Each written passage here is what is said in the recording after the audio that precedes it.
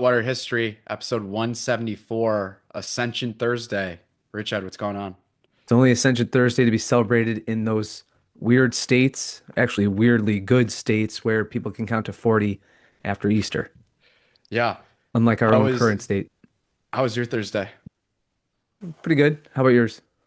Good. I went early morning, not to where we normally go to mass. Oh, why is that? Just better with the schedule. I was I gonna get see. home later. I see. So, you went to a North Side parish? The monastery. Oh, you went to the Close enough. monastery. I got up early with the monks. Yeah. So, North Side of Bridgeport. Yeah, right. That's great. It was good. It was good. Wonderful. I've started to go there if I get up early enough. And it's hmm really great start to the day. And they start Yes. super early. Yes. Have you ever attended prayer there? Like Latin No, or not yet. Latins Not and yet. lauds? Just mass. Okay. But I should do that. Yeah. I think you would enjoy it. Yeah. Yeah. But we got a couple things to talk about. I don't think we're going to talk as much about Pope Leo as we did the last couple episodes. But I wanted to start this one out because probably the best comedian at the current time, Owen He's on Benjamin. fire. He is on fire. He is having himself a calendar year, I would say, hmm of just it was almost right as soon as he got back on X or Twitter, he hasn't looked back at all. And I, he's just going uh, nuts right now. Idaho has not suppressed his sense of humor, comedic effect. And on top of that, eating all that goat cheese and drinking raw milk and all that healthy food has only engendered greater comedic genius in him. So Where he do had you some stand on the commentary. raw milk? What's that? Where do you stand on raw milk? I've never had it. I'd love to have it. I'd love to try it. Me too. hmm Because all the people who are naysayers about it are people I generally detest.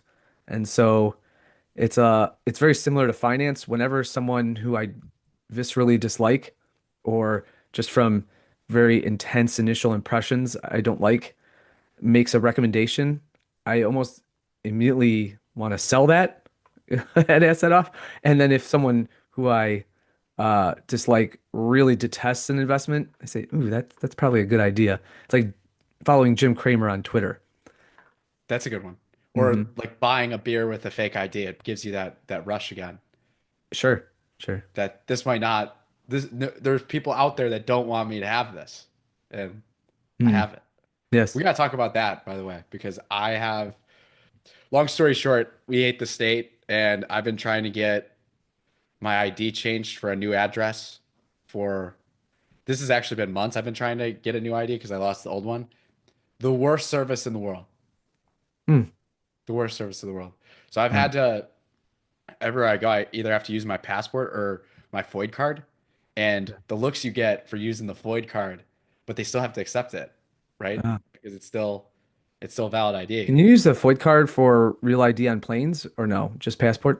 No, I don't think so. I haven't Yeah. tried but you still get that tingle again about this one. This might not work out at the Mm, bar. mhm. They might actually turn me down here. Sure. There's some rush to that. Then you can bust a cap in their ass Yeah, if they yeah, do. not exactly. Yeah, it might Right. be like a fear factor thing. Just start tapping your side. You sure you're not gonna let me in? Yeah, I did show you yeah, my Foyd card. It's not so concealed now, is it? right. Mm. Oh, sorry. Back to Owen Benjamin. Mm. Golf. Yeah, he really hit me where It's been a tough week for the golfers. it sure has. It has golfers and golf in general as a sport have commanded the ire of dear Owen, and he's used his musical talents to serve as a vehicle for his humor. And I can't help but I tweeted you right or DM'd you right away as I saw this yesterday. Could we please use this in the episode tonight? And you were gracious enough to say, yeah, of course. So let's go ahead and play Owen Benjamin's take on the great sport of golf. I don't practice playing golf. I don't like a man's asshole.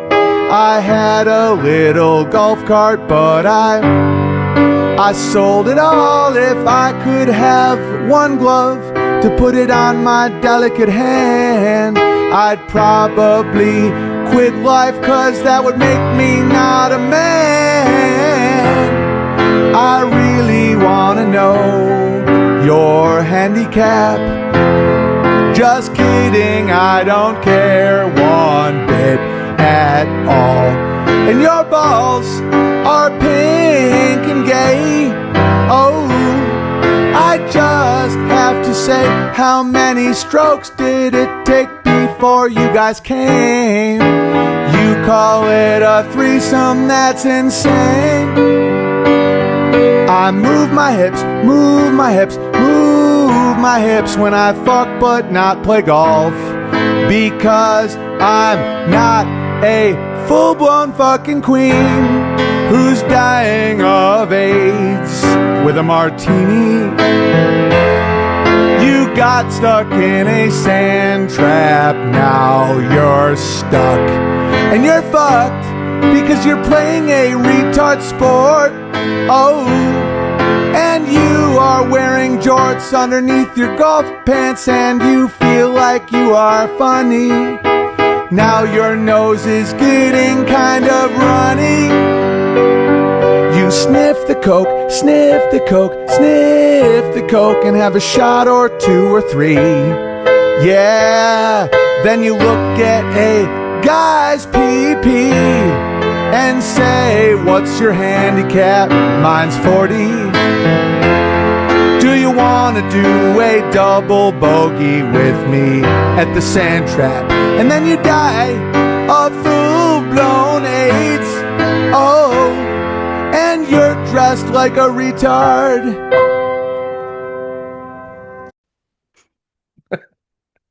And it hasn't just been that song. It hasn't just been No. that song. He's been going on a run for like 3 days now. Yeah, when he thinks. when he sets his target on something, he really locks Oh, in. yeah, he's like a pit bull, or he just can't get his jaws off of it. And then the best was he did this whole week before that of how the conspiracy theorist, blogger, Twitter personality who emerged really out of nowhere, Ian Carroll, is really a closeted homo. And I remembered what I was going to tell you before oh, the show, but keep saying what you're going to say. oh, okay. Well, he went on this whole thing, and to Ian Carroll's credit, when Owen Benjamin and his fans start saying these things about how you're a closeted homosexual, Ian Carroll took it like a man. He just started joking around with them about it. And so Owen Benjamin gave him credit for that, but he's still just going on, and he has 1,000 different epithets for homosexual that are just fantastically funny. I don't even want to share them because I don't want to. I feel as though it's just his domain, and if I said Yes. it, wouldn't sound nearly as funny.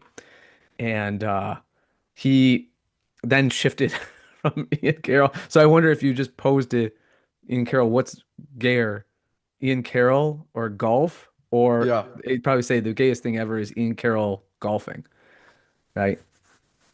I So love the line. Oh, go ahead.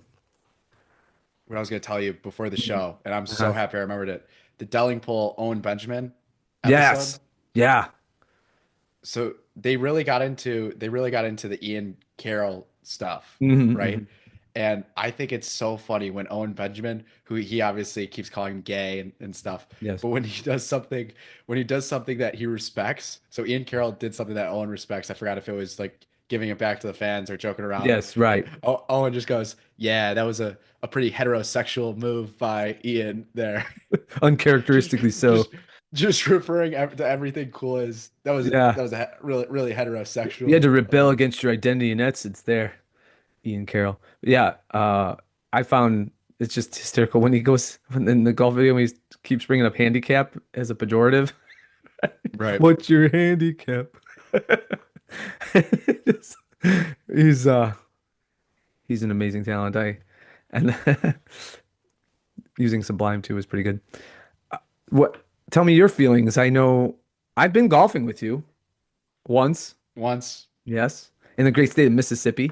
I think golfing is a strong word. I think it's with me, it's just Hacking. hitting a ball, just hoping. Mhm. But I was actually more curious how you feel because you kind of know where I stand on the matter. I Oh, think I've so actually, I think I've come closer to. I think golf's grown on me just a tad. oh, I okay. think we've got the take from me and You want to play your take from a couple years ago? Let's do a little flashback back to Okay, okay. a younger, less wise me. There we go. I've had this on my chest for a little bit now. Oh, you got to get it off your chest. I It's been on my chest. I need to get it off. Yeah. Okay. You might not like it, but it's who I am. Okay. And I've been going back and forth on this for some years now, and I've had some time to reflect and think about things and the future of my life and some other things. And I finally decided that I do not like the sport of golf. And that's the announcement. Oh no. What is wrong with you? It seems like the sport that you play after you're done playing all the sports. And Again.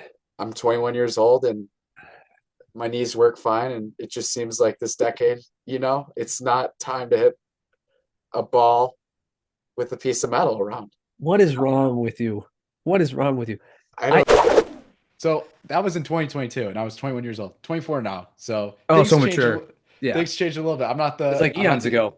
I'm not the young 21-year-old I once was. Hmm. So, And but in that I'm intermittent period, what has allowed you to, by just a hair, a smidgen, let's say, a very small amount of monicum, your appreciation for golf has gone up or down, you said? I would say slightly, very slightly up. It's still the sport that you Good play thing when you're Owen's done playing. good thing Owen's not on. He'd be calling you a fag right now. Right. Nah, you're giving the goat. Yeah. It's it's still the sport you play when you're done playing all the sports, Hmm. but if somebody tells me they're good at golf, or if somebody is good at golf, Yes. I still respect that. Oh, to be sure. There's a weird thing with guys that Hmm. that's still respectable to me. Right. Being really, if somebody's a really good golfer, Yes. as long as they're not a complete drama queen or dick, you respect them more. Mm-hmm. Yeah, or someone who gets wrapped up in the weird aesthetic or prestige that follows of playing nice places. Right. Right. Or Yeah. being club champion. If a humble golfer that's good is Yes. like a really cool dude still. You want Ty Webb. You want to be Ty Webb from Caddyshack. You don't want to be Judge Smales ever. Yeah. You never saw Caddyshack? Please tell me you never saw it. Oh my God. Well, we can end the podcast now, folks. This gentleman has never seen the 1980 classic Let's Caddyshack. see. What was 1980? Yes. Yeah, I was alive. I was alive, I can't barely. believe that. I can't believe that. Hmm. That's the one with, oh Oh, that's the yeah. one with Rodney Dangerfield, Bill Murray, Chevy Chase, Ted Knight. Okay, we can do another Caddyshack episode, but I I know did one of those guys. I did come prepared. You don't know who Chevy Chase is? No, Rodney Dangerfield? no, I know who, Ah, two, I guess one and a half. okay, Bill Murray, obviously. Um, I came prepared with a mini defense of golf. I didn't spend a lot of time on it, although you can go to Hot Water History, and I have a whole Thomistic piece of answering the question, what sport is truly God's sport, golf Okay, or so baseball?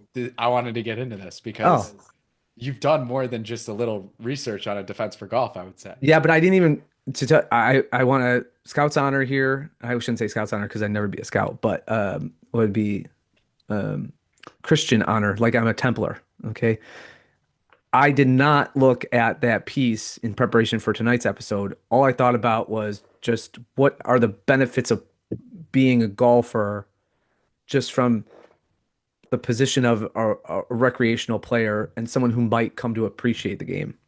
Okay. And it just so happens that the I watched your video again from 2 years ago, and when you said that golfing is the sport that you do when you're done with the others, insofar as your knees are still functional and your elbow doesn't creak Yep. and you don't crack your back upon turning, then you can play it and you could obviously do a lot of the other sports as well. But when those things start to fail, you could still golf, just as you could still bowl in many ways. And there are a lot of comparisons. I think the benefits or the positives of the two sports are kind of similar. They're definitely more skill oriented than oriented toward athleticism per se. because you could be a pretty bad overall athlete and be really good at bowling, and you could be somewhat decent at golf. You're not going to be great as a golfer if you're just a bad athlete altogether because you just don't have the hand-eye coordination, or even, especially if you're not using a cart, the endurance to walk the course and sustain that type of that type of exercise. Sure. But I but I think that's a strength. And the reason is because what I find to be most eff efficacious, I don't, what would be the word? Beneficial, let's say, of about golf and why it engenders happiness in me and I think in others, and it would be because of the fraternity, and that you can all the way until pretty much your death play it. Now you're not going to play it to the level of Scotty Scheffler or even your 20-year-old self, but you pick up more and more tips and kind of experience and I would say a kind of wisdom that can get you around the course better. And it's very much akin to, I won't, in terms of relating it to baseball, I think of another movie that Charlie certainly hasn't seen, that's Bull Durham.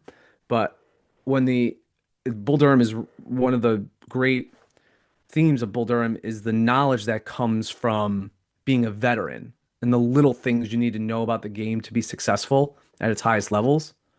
And that's relayed by Crash. And Nuke, played by Tim Robbins, versus Kevin Costner's character in Bull Durham, has all the talent in the world. He has a blistering fastball and great arm, but he's just so stupid and doesn't have the experience to put it all together. And that's why Crash is there to mentor him along. In golf, that you mature that way. And so for example, I was obviously a better overall physical athlete when I was 25, but I'm a much better golfer today. I shoot lower scores, even though I could hit the ball further when I was 25, or I could, I suppose, yeah, just walk around the course with greater ease. I guess that would be the case. So it's the fraternity that comes from that intergenerational play that you don't get in other sports. It's not as though I'm going to go out and say, "Hey, Dad, let's go play 9 innings of baseball with this travel team." He's not going to do that. I could barely do that, especially if it was with guys in their 20s or 30s. So that's something. And then the aesthetics of it, just to be outside and to be in beautifully manicured areas, which otherwise I wouldn't go into because I'm just not a hiker or anything like that. I'm not an outdoorsman per se. I'll go fishing. I don't mind fishing, but it's not something that just captures me. Whereas Sure. golf and the way that it does allow the combination of beautiful natural aesthetics and then the way in which we can, like, almost like the genius of Frederick Law Olmsted as a landscape architect, that the genius of landscape architecture is really found in golf course architecture today. I'm with you on the aesthetics part. Hmm. There's something about the sounds too. I know in terms of sports with sounds, hockey is to my mind number one, and then baseball number 2A. But golf, even just the of hitting the ball when they hit it so squarely, the sound is so beautiful, and then you hear the birds chirping and tweeting. It's just, and then you add the tradition of the game and Jim Nance whispering before the Masters. There's a subtle beauty to it. Now there's a pretension attached, which no one really likes. At least I think most people don't like, unless you're the head of Augusta, which you're really into all that. But I would just avoid golfing with those people. Okay, so make the case for Owen Benjamin's son. For Owen Benjamin, I mean, he's right that if he's dealing with the guys that are just asserting that golf is the supreme sport and then it has everything one might want in an athletic endeavor, and that you're if you have a lot of posers or kind of peacocking in golf, I think he said in a tweet, and if you're peacocking in golf and there's primarily just other dudes around with a beer belly and just hacking their way through a course, that that's pretty gay too. I mean, where's the aesthetic there? Uh, it reminds me, can I tell you a funny joke that occurred? There's a lot of good experiences that I have with golf courses because it's just a scene where that's the other thing I was going to say about the fun of playing the game is because it's such a difficult game. So you can really support your partner or the person or two guys or three guys in your foursome when they do something well. You go, hey, that's great, good job, because it is difficult. It's like if you were skeet shooting and a guy hits the target, like, hey, shit, that's good. That was good. So you can dole out some compliments, and that's virtuous.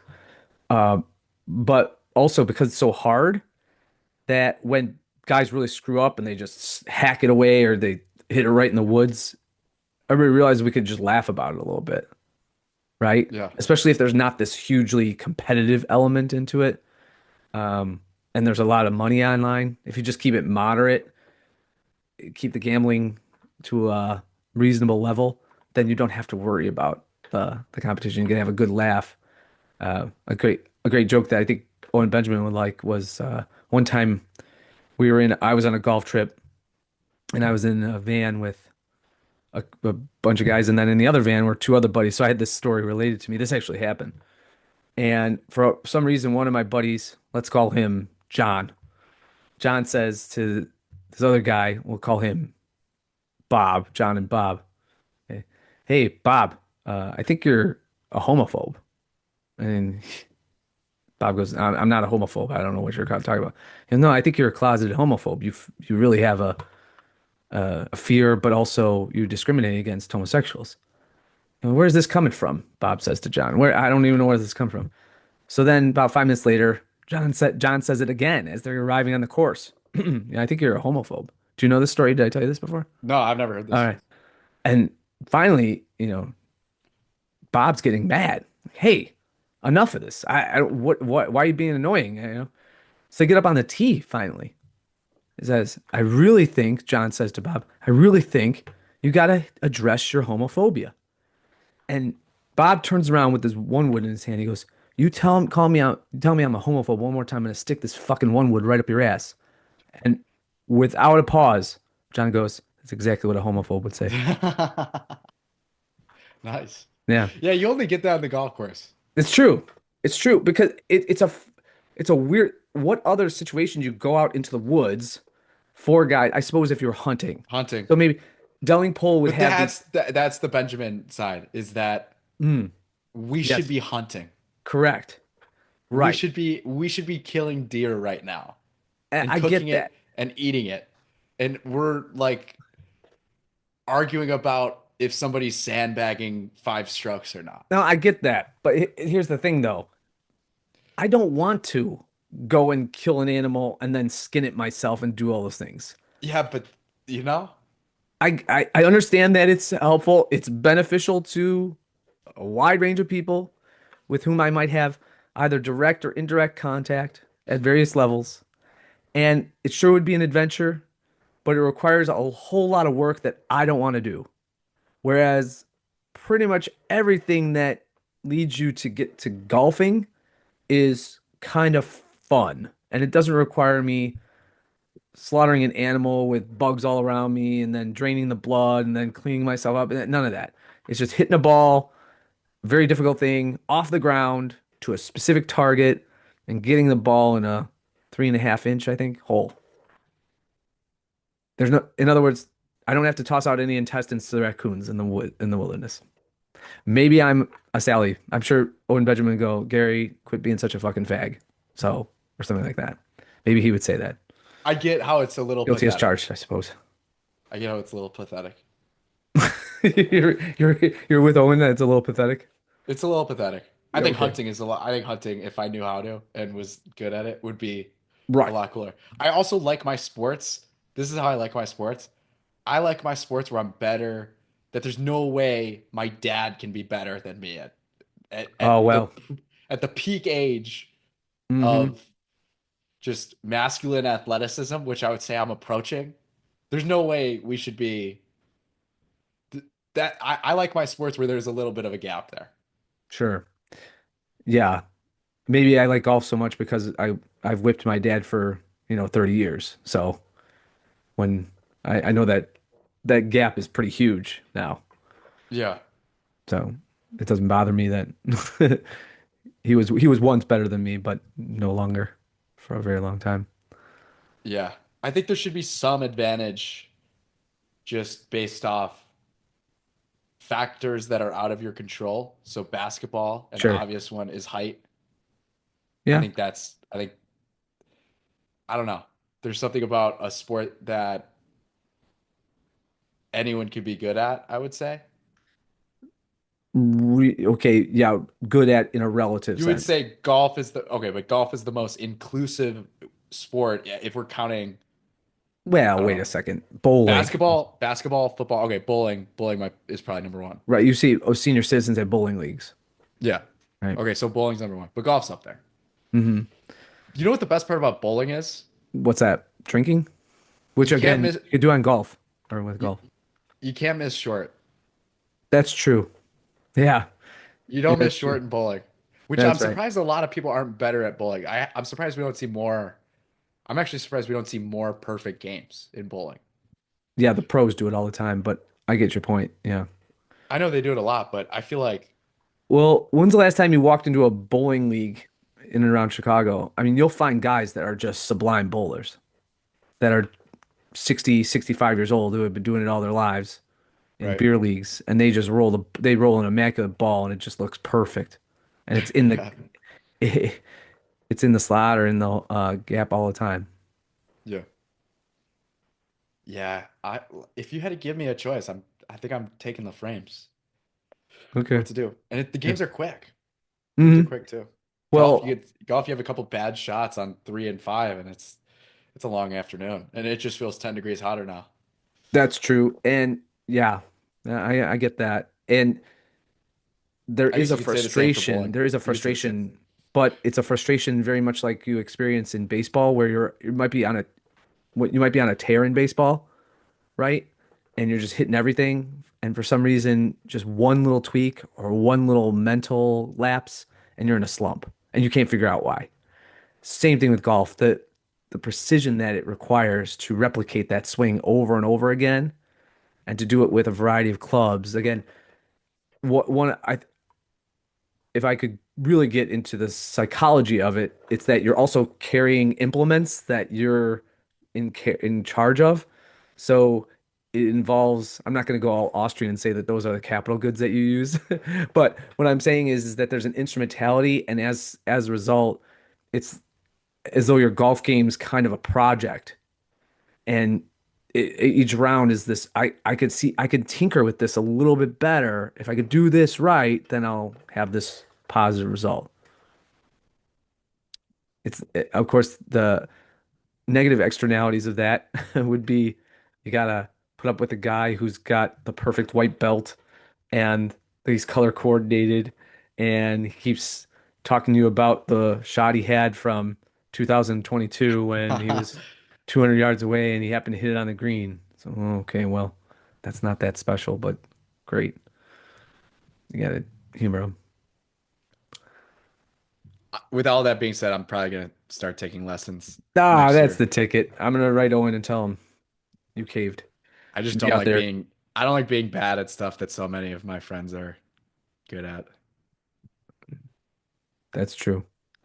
And as long as your friends are cool guys, at least if they're all right guys, then they're going to be patient with you, and they're just going to be happy that you're on the course with them. That's the other thing. The addiction part, I think, could be real too. Like I could totally see myself getting addicted Yes, and just it having to be the best. And then right. And I have a close friend who he's not doesn't have an addictive personality, but he has that perfectionist tendency, and in many ways a sanguine humor about him, and or mood.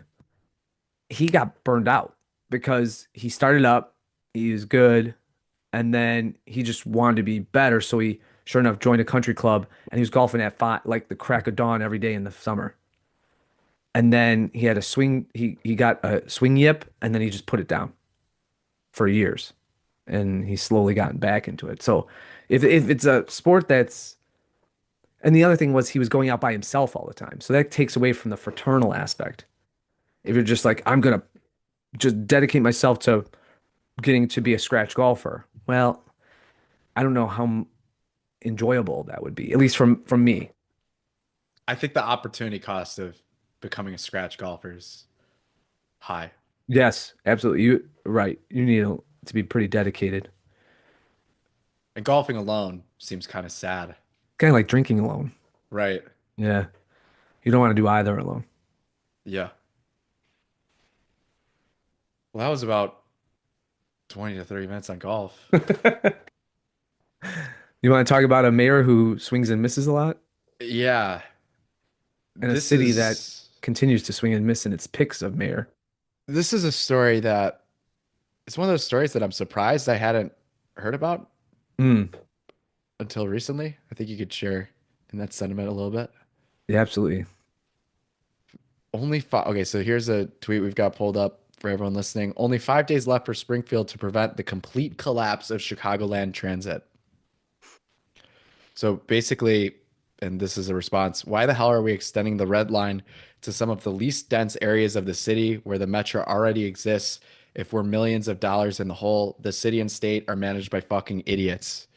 Yeah. And Do you want to provide a little bit more background and context because of our right. non-Chicago audience? They're going to be, what's the L? What's the red line? Oh, okay, yes. Okay, so the L is the public transportation train in Chicago. It stems about as west to Oak Park, River Forest Park. Yep. Forest, Forest Park. and about as north as Rogers Park. What it actually goes to Evanston in the case of the Purple Line. really, it goes all the Yep. way up there. Yeah, and then the Yellow Line goes to Skokie. No Jew jokes there. And then Um, then the Pink Line goes to what? The Pink Line goes to Cicero, and and then the two airports, and then the red line, which does a whole lot of different things. The red yes, line goes goes north south. through, yep. And so Goes to Rogers Park to essentially Gresham now. it's essentially the one train you could take from the rate all the Yes, way up to Wrigley Field. yes, same train.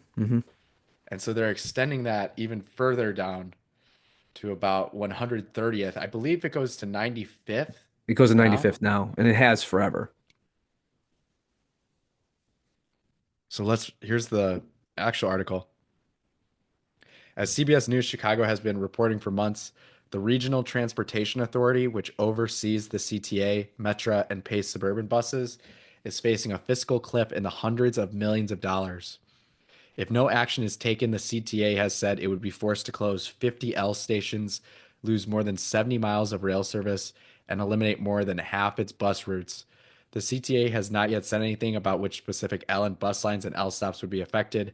Meanwhile, Metro would suffer a 40% reduction in service, and Pace is threatening to eliminate all service after 8 p.m. and all weekend rides. So Metra, to provide further context, is the suburban to city major train and railway service. So that extends much further. Metro trains even go into Wisconsin, for example, and all the way out to the farther western suburbs and southwestern suburbs from Chicago. And Pace is the suburban bus service. CTA does both the trains in the city, primarily in the city, and then also the buses. And we should note, I think we've talked about this. The L is a piece of trash for Yes. the most Yeah, the part. condition of the L, we've talked about this in previous episodes. I used to ride all the time, having gone to school at Loyola in University of Chicago and lived in the city for as long as I did. And the conditions are deplorable. If you get on a train car and there's not the fetid smell of homeless urine, then you're considered a lucky one. The safety and security is at, I can't imagine it got any. It's hard to imagine, but it's gotten worse since I was a regular rider. At least these are the reports that have surfaced It smells and like are a being hotel disseminated. lobby, hotel lobby gone wrong. Right, right. And it's a reflection of the economic and cultural degradation of the city and the populace as a whole, Right. in my estimation. It's a reflection of that public sphere where the general culture is most voiced or most exercised and apparent. It's in public transit. And we're talking about a city as if you could bring up, do you have that article from Cranes about the financial situation in the city? Because Rem- And Jeff Dice makes this point, the great former president of the Mises Institute, now with Monetary Metals. Lou Rockwell made this point, and it's something that Rothbard and Mises always emphasize that there's no real distinction between economic, social, and cultural issues. They're they're all just issues that plague a society, which is just the network of voluntary, hopefully voluntary interactions that a population within a certain locus shares or engages within. That's what a society is. The culture is the expression of the values of that society or that inner working and exchange. So here we have the story from Crane's Chicago Business. The headline, in many ways, speaks for itself. Fitch, it's the rating agency Fitch, downgrades Chicago's financial outlook to negative. So we're getting into serious junk bond status for both the general obligation and revenue bonds that the city is issuing, with the concomitant and necessary high interest rates to pay off those bondholders so that bondholders and bond purchasers might feel yet again attracted to purchasing the city's debt. So we're talking about, as the Fitch article, or I'm sorry, the Cranes article goes on to say, it's revised its grade to negative because there's a, in quote, lack of meaningful progress in closing the $1.12 billion structural budget gap. And the budget gap has come, as we've known for decades now, as a result of pension liabilities to public service unions, sector unions, especially the Chicago Teachers Union and other entities. And the pension, well, I said the pension liability, right? But also just their current remuneration and benefits that they receive, which are enormously expensive, which are never fully paid for by the city in its successive annual budgets.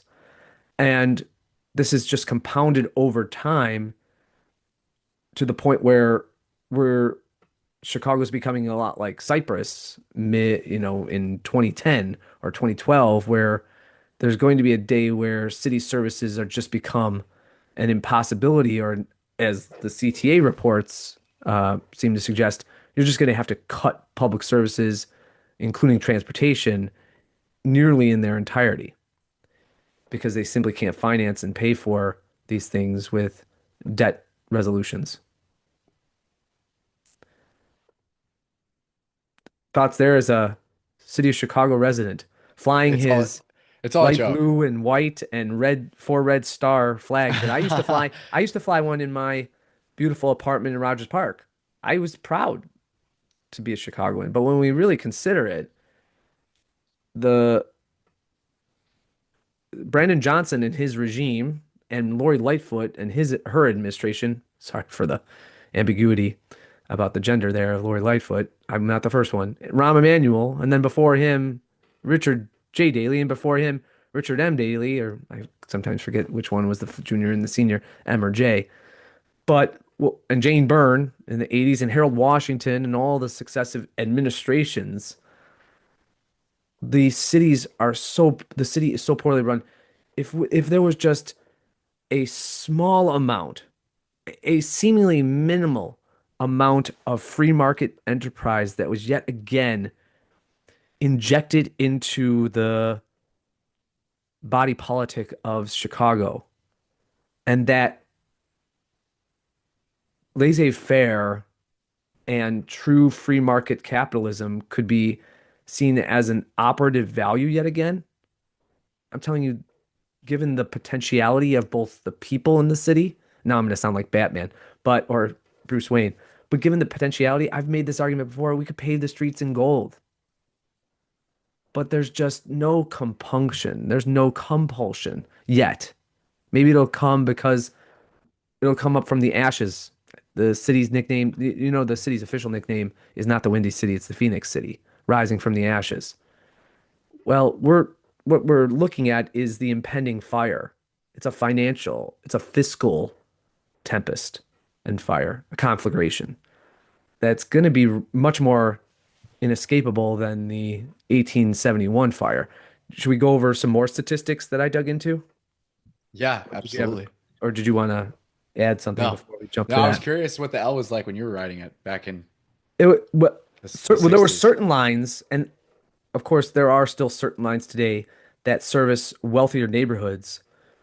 And even when, for example, I was starting in college, they had just completed the Brown Line, which services north and northwest side neighborhoods, and that was pretty nice. I mean, it was kind of the limo ride of the tracks were smooth, there wasn't a lot of bumping. You got everywhere pretty quickly on the Brown Line, and it went into the loop, so it serviced all the way around into the loop. That was when it was very nice. And even depending on when you rode, you felt pretty safe, frankly, in the late 90s, early 2000s. And now, and I remember taking the kids to go to, for example, the Field Museum or more so to the Art Institute on the L and felt relatively safe. I mean, I kept them close to me. They're not going to be running around the train and stuff of that nature, but I wouldn't take them on there now. There's no chance. No chance. Even though they're older, Right, right? that's the weird part. That's the weird part. So it shows you the rapid degradation of the services and condition and quality that you have there. But that's again, we're talking about reflections of the financial situation and peril and jeopardy that the city's facing. So what piqued my interest about these stats that I called and I'm going to share with you in a moment and with the audience is So that, okay, go ahead. we should summarize. Sorry to cut you off, but we should summarize the story. Basically, the red line is extending south to Yes, 130th as we're dealing with all of this. So we're doing this expansion that doesn't make any sense in the first place because I should have said this in the first place. There's just not that many people correct. when you get into the 110s, one through 130s. These are the red line is as an artery extending into the areas of the city which are most sparsely populated and least in need of transportation all the way to the other sides of the city. Because they have the metro. Well, that and beyond, not only do they have the metro, but we're talking about populations that their economic activity is much more proximate rather than centered in the downtown area. So whether we're talking about black neighborhoods like I'm trying to think of one in like Pullman or something like that, Blue or Island, Beverly, well, Blue Island, Robbins. well that no, well those are well Robbins and Blue Island are suburbs, but Beverly's white, or mostly white. Mount Oh Green are yeah, mostly white. but it's Uh, it's towards that way, right? I but is it no because well I mean it'd be a little bit east of there, so we're still talking about still more sparsely populated, more African American neighborhoods. Here, let me pull this up. Yeah, you can we can show a map of where it's Yeah, going. I got it. Okay. Yeah, see, so if it was right, it's going southeast. So we're going into neighborhoods like Hegwish in that area, Yep. which is it's still largely white and Eastern European, though a lot of Mexican Americans live there too and Latinos now. But I mean, this is completely unnecessary. It it would be akin to the bridge to nowhere. I don't mean to sound so insulting to people of Hegwish and the far, far southeast side, and people who might hop on from Calumet City or might want to take the train from or drive into a station from Hammond and drop in. But the idea that these are going to be again because it's a public venture rather than a market based or market driven venture, there could not have been a consideration of the return on investment here. And why would there be? Public choice theorists tell us, like James Buchanan, why would they even consider that? There's no real impetus to drive motivation, incentive to do so. Just build Well, it. Just build it and yeah. see where it goes. So this is Chicago's mini version of, Gavin Newsom's bullet train going from San Francisco to Los Angeles. Very few miles have been completed, and it probably won't be functional, as the story from Cranes in your headline pointed out. Now, about the greater fiscal peril that we're talking about, we're on the fast track, if you will. Sorry to use train analogies to municipal and urban bankruptcy here. This is where it's headed. I don't see any other remedy. whatsoever. So what piqued my interest about the stats I'm going to share with you, and I think that I would just offer that and posit that these are stats that show and illustrate best the punishing level of debt, the destructive level of debt, and the encumbering level of debt, right? That doesn't allow for expansion, economic expansion to take place because of servicing on the debt. But what piqued my interest in these stats, especially, was that Thomas Massie, in a recent speech in the House of Representatives, enunciated his displeasure and the fact that he would vocally be an opponent of Trump's one big beautiful bill, which doesn't seem like it's going to pass the Senate thanks to men like Ron Johnson and Rand Paul and Mike Lee. Some and even Rick Scott of Florida said it's not going to go through the Senate. Good for them because of all the just wild expenditure and blowing up the deficit even further. So much for Republicans again being fiscal hawks. Yes, always grows even when they're in charge, just in different areas.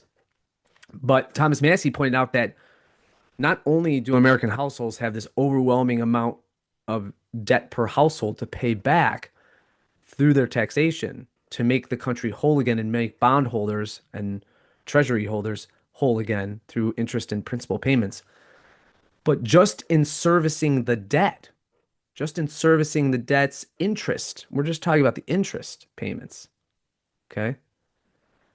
Each American household is on the hook for $16,000 just paying the interest per annum. Per annum. Yeah. Okay. So I thought, well, if that's the case for Americans vis-a-vis the federal government, what are the stats for Chicagoans in the relation to servicing just the debt, the interest payments on the debt burdens already accrued by the city council and the mayoral administrations?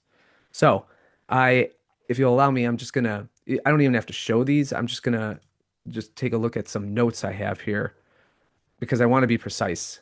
It is astounding what the burden is on each each Chicago household. So, and these come from a variety of sources. And if you want greater specificity, you can just look it up. Whereas I'm not going to differentiate too much between whether the report is from WTTW News or from the city's own annual comprehensive financial report or from a think tank like Illinois Policy Institute.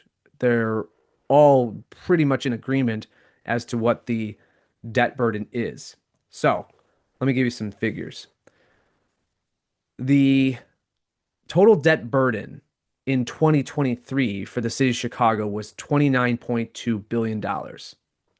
That's just in terms of discretionary spending debt.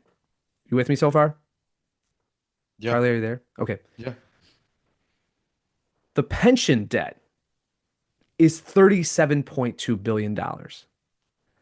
All of this debt compiled has led to a very rapid degradation of bond ratings by the various bond investment graders, whether they be S&P or Fitch or what have you. The non-junk bonds, so we're talking about anywhere from A plus to BBB bonds, carry an average interest rate of 3 to 5%.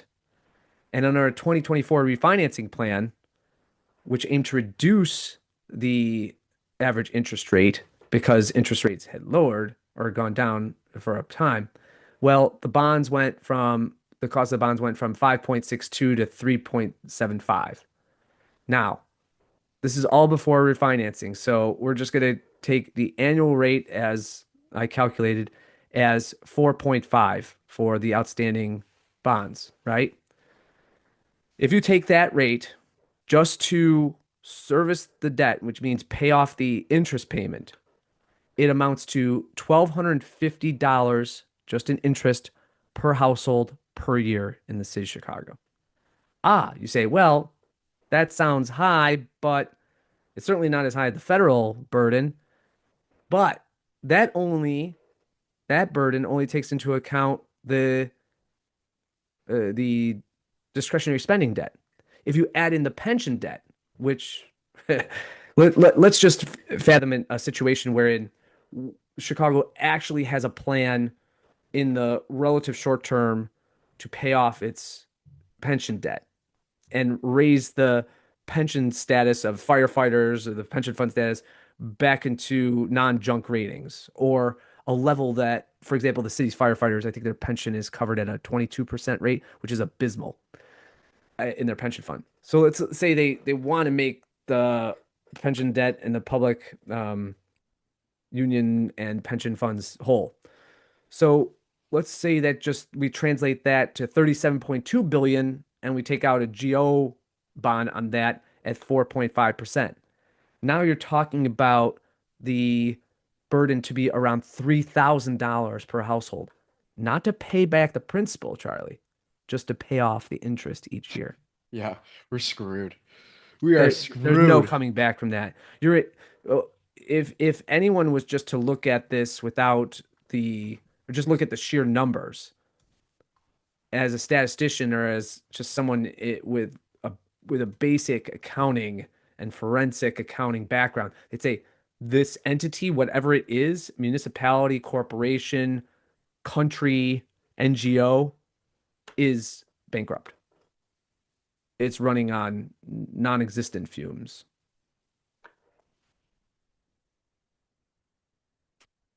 What's the solution? What's the solution to that? And here I will sound the I don't think there's a toxin to sound anymore, as I'm alluding to our previous episode with regarding Pope Leo the 14th.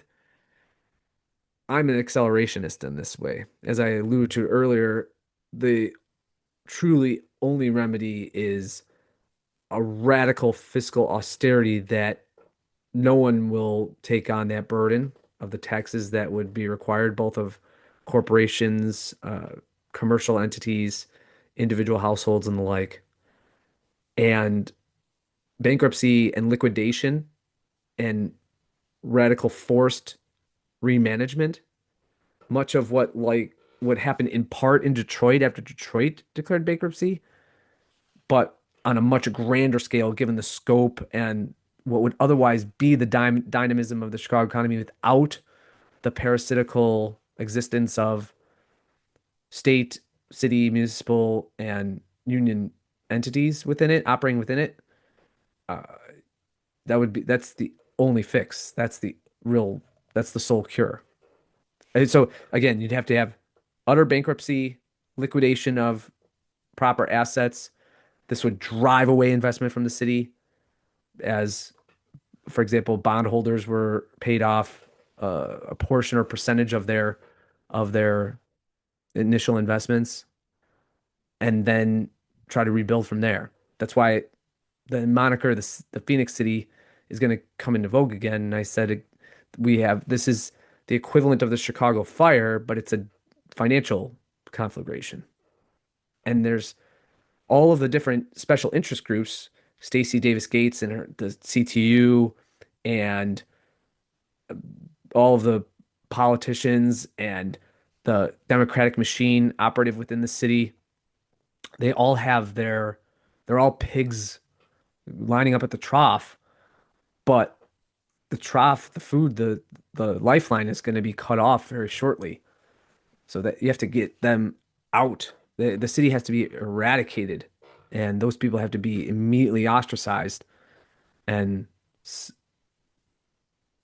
there has to be a rebirth of just basic laissez-faire and freedom of exchange, where you don't have the waste, fraud, abuse, corruption that leads to building a red line where people aren't going to use it. And there's no assessment of, or even real serious consideration of what the return on investment of these expenditures is.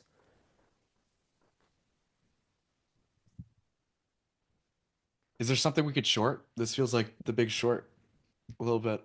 Well, you could short Chicago, municipal bonds. I mean, the yield's got to go up. You got to make it attractive to new bond buyers. Yeah, There you go. I'll think about that. And I'm not handing out financial advice because I don't know everyone's situation. So therefore, there's my little disclaimer. Sure. Hmm. Do you have to do that now all the time? Yeah, That's annoying. yeah. It's As Owen Benjamin say, that's exactly what golfers would say Right. or What do. happened to just letting it rip? You know, Letting we're it or just just letting. letting just firing off the hip. Yeah. Now we gotta have like Yeah, well, FBI warning before yeah. we give a take. I don't want what's her name, Burke coming after me. No, that's The probably not worth it. the Irish, as Sean Thompson says, the short in the pants Irish mafia coming after me. No thanks. Do you want to talk about a town that's not doing a ton better? Yeah, the green line goes there, as does the blue. Green and blue lines go through Oak Park. Here it is, everyone. Meanwhile in Oak Park. We go to your gay suburb now. Meanwhile, in Oak Park, the People segment brought to you by Trinity Brewing. Enjoying a Cristeros on Ascension Thursday. And I am enjoying a Quartermaster Jerry Blonde Ale. Delicious. No crime, yet uncertain punishment for disgraced Concordia baseball coach. Ooh, Lempesis calls his acts, quote, immoral, unethical, but not illegal. interesting. All right. Oh, wow. That's guy's a looker. The first week of Got a this face like a autumn, catcher's mitt. the first week of this autumn will mark 15 years since the Concordia University campus in River Forest was stunned by a sudden series of events that led to the firing of the winningest athletic coach in the school's history. On September 27, 2010, Spiro Lempesis, the head baseball coach, was banned from the campus and fired several days later when an internal investigation found that he'd videotaped sex acts between himself and a Concordia baseball player. Yikes. Whoa. River Forest police were called in but found no grounds for criminal charges. After media coverage played out for a couple of weeks and a tight-lipped university refused to release any details, the issue settled At down least and at least the university was faded away. tight-lipped if you no. Okay, go ahead. The student graduated in December 2011 and got married. Hmm. Lempesis, Is that an Oak Lempesis, Park marriage or is that a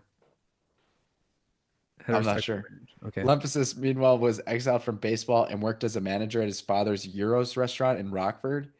He lost approximately $90,000 a year in income, including his Concordia salary, money from assistant coaching a Class A baseball team, and revenue from summer youth baseball camps. He lost his house in West Suburban Montgomery, filed bankruptcy, and his wife divorced him. He has no relationship with his two daughters. That's tragic, but Lempesis has repeatedly acknowledged that his behavior with his player was wrong, but he adamantly insists he is innocent of ever sexually abusing minors. Quote, it was immoral, unethical, but not illegal, he said. At no point did I do anything illegal or deserve to be tried and put in jail. I destroyed my family. I destroyed my career, everything I'd worked for up till then, he said.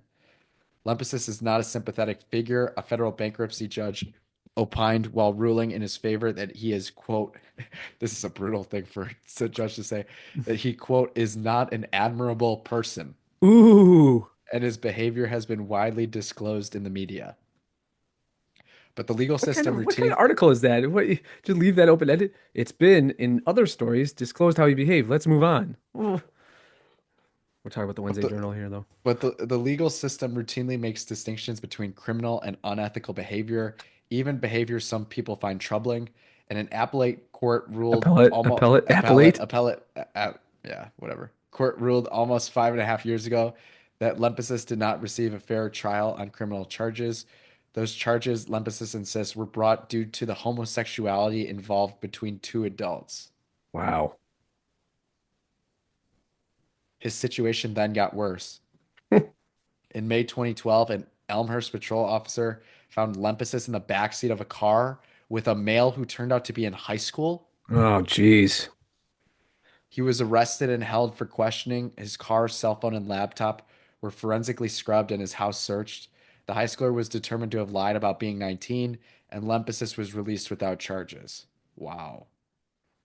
But the Concordia incident was publicly resurrected when school officials issued a press release that October detailing why they had fired Lempesis 2 years earlier and announcing the hiring of eminent Chicago attorney Patrick Collins to conduct a thorough investigation of Lempsis's behavior with his former player.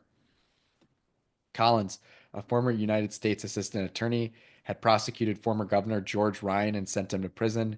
He reportedly spent more than 400 hours on what was said to have been an almost $500,000 investigation, Oh, interviewing some 40 people and examining gigabytes of documents. In the wake of the announcement, the baseball player was contacted by Concordia and subsequently retained a lawyer. In February 2023, Concordia released a summary of Collins' report. In part, it read, quote, the former coach was terminated by the university in September of 2010 after an internal review revealed that he had engaged in physical and other sexual misconduct that did not involve minors. Quote, at this time, all hell breaks loose in my life, Lempsis oh, you said. think, asshole? What a oh, I'm such a victim here. Oh, that's when the hell broke loose. Well, you might have had a hand in that.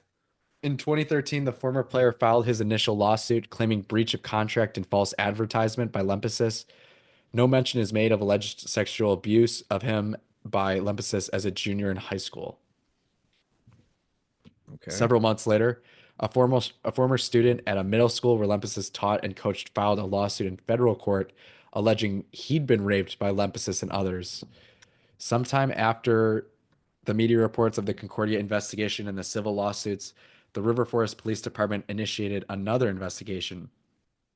Over the 2015 Labor Day weekend, Lempsis was arrested at his Rockford home. He was released on $200,000 bond 5 days later on September 9th after putting up 10% cash through a credit card.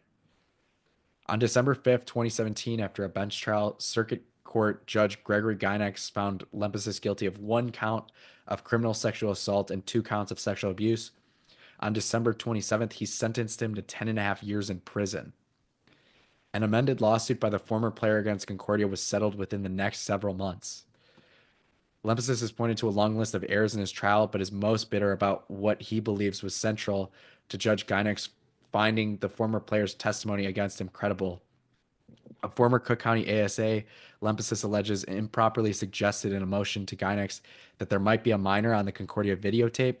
And even though the video shows activity well outside the time frame of the alleged criminal behavior, it played a central role in Lemps's conviction. So this guy got his conviction somewhat overturned because of the sloppiness of the judge and the assistant state's attorney. This is just brutal. Quote, she'd seen the tape herself, so she knows there's no minors on the tape. Lempsis said she did it just to poison the truth of fact, willingly, knowingly. Everyone knows there were no minors on that tape. The FBI had that tape. If there were any minors on that tape, I'd have been arrested, charged, prosecuted long before 2017. Maybe. Gynex ruled the video inadmissible, but he mentioned it at sentencing as corroboration of Lempsis having, quote, groomed the former player as a teen. This is sick. Lempsis appealed his conviction on multiple grounds, and on December 31st, 2019, the Illinois First District Appellate Court unanimously, my new favorite word, unanimously overturned his conviction. The they keep saying it, justices ruled that Gynex did not conduct an in-camera review of Collins' notes of interviews other than interviews Collins believed involved an inconsistent statement by the former player. This article's crazy. It's just Yeah. everywhere. The justices, quote, found errors with regard to the disclosure of evidence that could have been used to impeach the former player's testimony. Gynex's limitation on Lempsis's Subpoena. subpoena for evidence. They ruled prejudiced defendant because defendant's subpoena sought relevant and material information that could have aided in his defense. The justices also found, quote, error with the former player's testimony at trial, which could have been highly prejudicial and the thwarting of our ability to review a significant discovery ruling by the trial court without additional significant delay. Oh boy. What a bunch of mumbo jumbo, huh? What is this? Basically, they just screwed up his trial and then he had grounds for overturning the conviction. Yeah, I'm not even. This is just legal. I feel like they were just better off giving us a transcript. So read the Quote, last three paragraphs because it's yeah, a right. mess. A spokesperson for the Cook County State's Attorney's Office said in an email last week that the August date is a pretrial status hearing before Judge John Wilson and will be held at the Maybrook Courthouse. Quote, what's happened over the past 15 years is also wrong, he said bitterly, adding, quote, the system has failed an innocent man. Quote, Huh? I'm out of prison, but I'm not free. Oh boy, that's so sad. What was the thing? It mentioned another trial. Uh, so I don't Under the understand. circumstances of this case, we believe a new trial is warranted to Oh, address or okay. avert a potentially erroneous conviction and or undue prolonged detention. Okay, so it was kind of they ruled it a mistrial, yeah. So they vacated the previous decision, but so he had a bond hearing in 2020. This is 5 years ago. And then he was released. His next hearing is this August 4th. He has driven several thousand miles to court to sit through more than 40 hearings. His next hearing is August 4th, and a second trial, if there is one, will begin no earlier than December, So fully essentially just six got a years. grooming predator who, because of the malfeasance of these prosecutors and the judges, is going to likely get off. He's out of Right. prison, but he's not free. Oh, so sad. Yeah. Can you imagine being the Columbia administrator at this time? You're like, why the hell do we even have a baseball program? We're a friggin' Columbia University in River Forest. Concordia? Yeah. Concordia? Oh, did I say Columbia? Yeah, I'm not sorry, quite. Concordia. Not quite Columbia. No, not Columbia. Columbia College. It would be the equivalent of having Columbia College in the city having a baseball program, which I don't think it does, but I hope. And then it costs $500,000 to settle a lawsuit. Good thing Yeah. he had all those wins behind it in his record. Yeah. Oak Park moves to strict enforcement of gas leaf blower ban. Oh, here we go. They don't like the noise. The village plans to issue tickets to both property owners and contractors who violate the ban after June 1st. 2 years in the making, Oak Park's gas leaf blower ban is set to go into full effect on June 1st. The village is all but done issuing warnings to property owners and landscaping contractors found using gas powered leaf blowers as Oak Park moves to quote strict enforcement of the ban. Its village board approved in 2023. The village had banned use of the tools during the summers of 23 and 24, but only issued 2 tickets during that time. Quote, beginning June 1st of this year, there will be a full ban on gas powered leaf blowers. He said, it applies certainly to landscapers, it applies to business owners, and the ordinance was written in such a way that it applies to property owners who are using a landscaping firm that is doing the work on the property. Okay, so you could have one yourself. No, No? Yeah, you can. no, no. It's saying if the guy you hire to do landscaping on your yard is using a gas powered leaf blower, you get fined for that or a ticket Well, too. what happens if you have one? If you're just using it on your own yard? It doesn't say anything about that. It applies to property owners who are using a landscaping firm that is doing the work on the property. Right. But if you don't have a landscaping firm and you have your own gas blower, I don't think that's the loophole at all. I think you okay. still get in trouble if Mm, you're DIYing it. okay. So it gives the village the ability to do enforcement on both the property owner and the landscaper if they're found using that gas powered leaf blower. The ordinance was approved in support of the village's climate ready Oak Park plan, which aims to cut carbon emissions by 60% in 2030 in a bid for carbon neutrality by 2050. How do they even You, measure these things? Is there you, someone really who's able to measure the emissions of just Oak Parkers? There's no way. They're just throwing shit at the wind. Using a gas powered leaf blower for 1 hour of work emits as many pollutants as 15 cars driving for 1 hour. How's that real? That's imp Whatever. I just don't. How could you even believe one word these people say? They're all deluded by a self-created hoax. It's a How is that scam. possible? 1 hour, it's 15 times a car driving? There's no way. But who cares? The ban also comes with restrictions on how and when electric leaf blowers can be used in Oak Oh, Park. jeez. Electric leaf blowers, a much greener alternative to gas powered options, can only be used between the hours of 8 and 6 p.m. on weekdays and between 9 and 4 on weekdays or weekends, sorry. The noise from their use is not allowed to exceed 65 decibels. So you could get Jonathan Birch out there with his little meter about, ooh, you're getting close. You're getting close. There's 64. The ordinance goes into full effect after a 2 year public information campaign led by neighborhood services that involved holding landscaper listening sessions, publishing online communication and flyers in English and Spanish.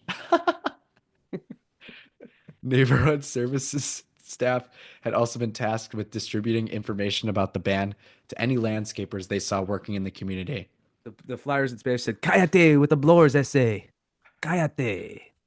Quote, the village did outreach in 23 and 24, and it continues to do it now to a variety of different groups. He said, there's a carryover benefit from the engagement activities from the previous 2 years, but I also want to be clear that we did do an additional round of surveying this spring. We also held a landscaper open house back in April, as well as doing a lot of direct engagement of landscaping firms.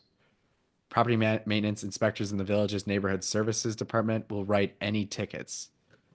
Trustee Corey Wesley said it was important that the village consistently issue tickets to both property owners and contractors who violate the ordinance to encourage contact between non-compliant property owners and their neighbors that report them, and so that an inordinate burden doesn't fall onto landscapers.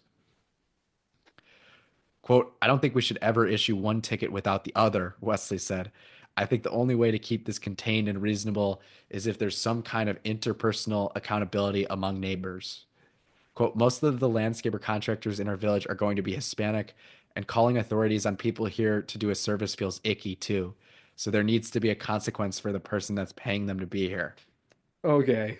said Right. Wesley. Feels icky. Wow. It's icky. As long as we Wow. can, it feels icky to tax the Mexican leaf blower guy. So to make ourselves feel better, we're gonna tax the white resident too. Right? Hilarious. Yeah, we're gonna tax Hilarious. the white resident too. Is that it? That's the segment. Oh boy. Meanwhile in Oak Park. What would have happened if I'd gone for it and just said, no, I'm gay? There it is. So buy some Trinidad beer as always. Yeah, you want to plug some of the stuff on hot water history? Yeah, we do a pretty shabby job of salesmanship on the things we offer for, well, our listeners, viewers, interested parties, people of goodwill. On the website, hotwaterhistory.com, if you go to shop, there's a variety of different articles you could purchase, including, of course, our fabulous book, A Twisted History of the United States, from, can you believe it's going to be 3 years old? 3 years No. ago it No. was published. There are other works by me, including Fast Bulbs and Fast Balls. And on top of that, we have very stylish t-shirts, which many of them, I'm featuring one here. There we go. From St. Athanasius.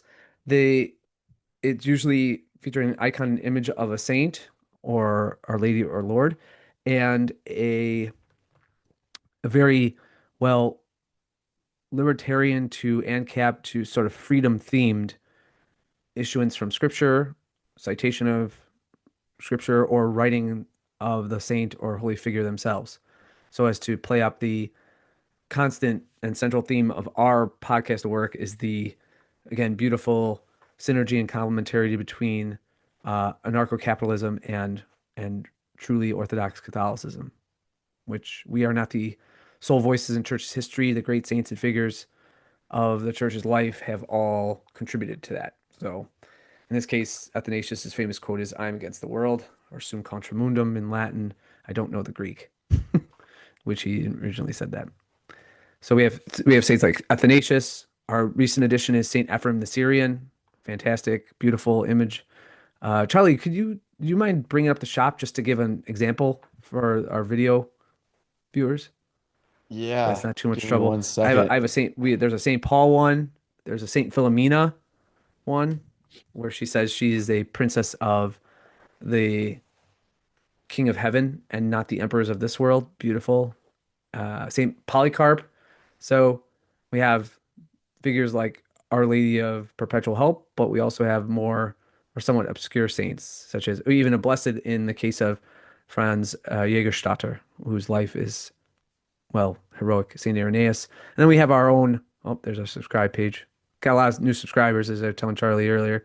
And if you go ahead, click on Our Lady of Perpetual Help, there's the image, and you can see our model wearing it and stuff like that. 2 models wearing it. So highly encourage people to buy that stuff. It's available mostly on Amazon or Redbubble in the case of certain designs that we wanted to have listed on an alternative site. So it all contributes to our work, and we're very appreciative of that. Amen. Amen. Well, I look forward to seeing you next time and getting down to stuff, more stuff beyond even golf and Owen Benjamin and see Chicago's impending bankruptcy. Yeah. Peace out, Yeah. everyone. Peace God out. Take care. bless. Yeah. We God bless. got, wait, hold on. We got last one until, you know what month June is. Pride Month. Is that where you're going? There's gonna be some good. I have a feeling Meanwhile in Oak Park's gonna, It's gonna get it's gonna, spicy. I have a feeling it's gonna go up a notch. Yeah. Yeah. Quick joke. What does what does a gay horse eat? Hey. Yeah. Peace, everyone. God I bless. don't know. God bless. Bye.